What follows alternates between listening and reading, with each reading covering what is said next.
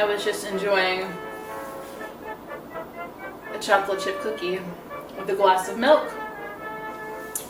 So it's been a rainy day today, so I thought I'd create some cheer and comfort in the kitchen by whipping up a batch of chocolate chip cookies. Now, I have a secret with my cookies. So if you promise not to tell anybody, I put bourbon and I put maple syrup in my cookies. Now, okay, they're not boozy. The bourbon's very subtle and it gets baked, so you don't really taste anything, but it just gives it that little something extra, you know? So today, I'm gonna show you how to make it. Do you see this cookie?